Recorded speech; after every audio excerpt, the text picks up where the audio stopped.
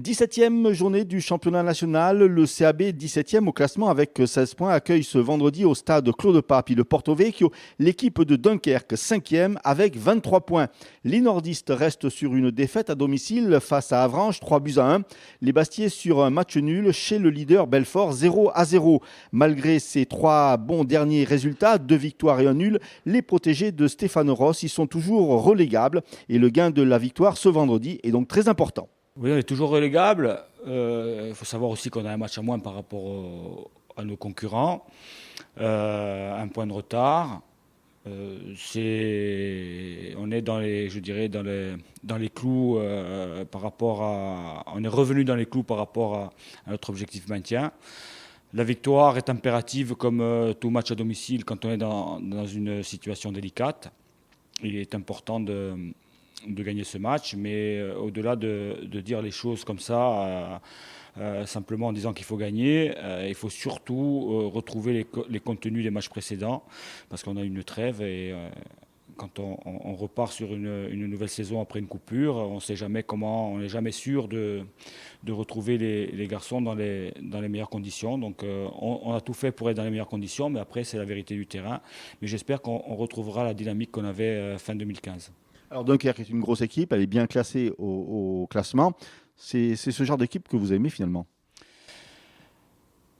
Oui, ça démontre depuis 3 matchs qu'on est opérationnel contre les bonnes équipes du. Mais il n'y a que des bonnes équipes. Je sais pas ce que je veux dire. Ce que je veux dire, c'est que les équipes classées en tête aujourd'hui peuvent très bien se retrouver 5e, 6e, comme c'est un championnat très homogène.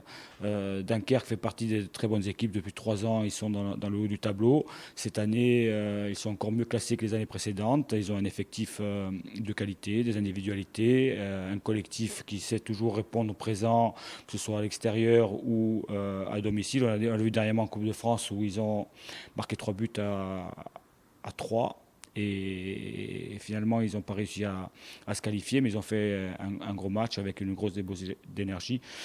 J'espère qu'ils seront un peu plus fatigués que nous. J'espère aussi que moralement, ils auront pris un coup derrière la tête et que nous, on saura profiter de ces, je dirais, de ces faits. Mais ça va être un match très difficile.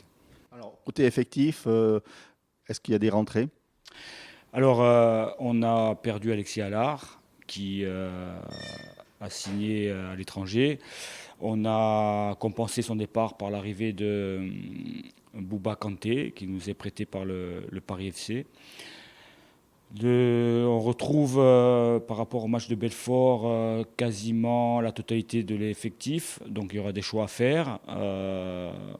On a Mathieu Robaille qui est revenu, qui n'est plus blessé. Il y a aussi Michael Boski qui n'a pas fait un début de préparation, le début de la préparation puisqu'il était blessé. Alexandre Durimel qui est sorti au bout de 15 minutes à Belfort, qui était blessé, qui revient, qui sera certainement dans le groupe et qui revient.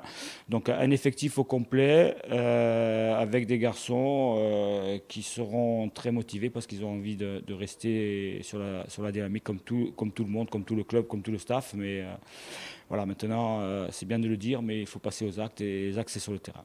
Alors puisqu'on est en période de vœux, vos vœux pour cette nouvelle année?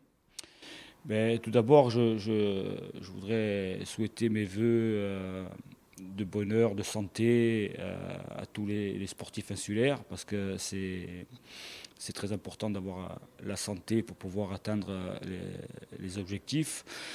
À tous les dirigeants de clubs, parce que sans les dirigeants dans les clubs, on n'est pas grand-chose. Il faut des chevilles ouvrières. Donc je leur renouvelle mes voeux pour l'année 2016. Et puis après pour le CAB, j'espère qu'on aura la force, le courage, le mental pour se sortir d'une situation délicate et d'une saison compliquée, mais pas simplement en termes sportifs, aussi en termes d'infrastructure, de logistique. J'ose espérer qu'à la fin, on aura une bonne surprise et qu'on oubliera très vite cette année-là et repartira la saison prochaine sur de nouvelles bases avec un terrain, avec un public qui reviendra certainement sur notre terrain, nous suivre et qu'on puisse passer une année un peu plus tranquille que ce qui est en train de se passer cette année.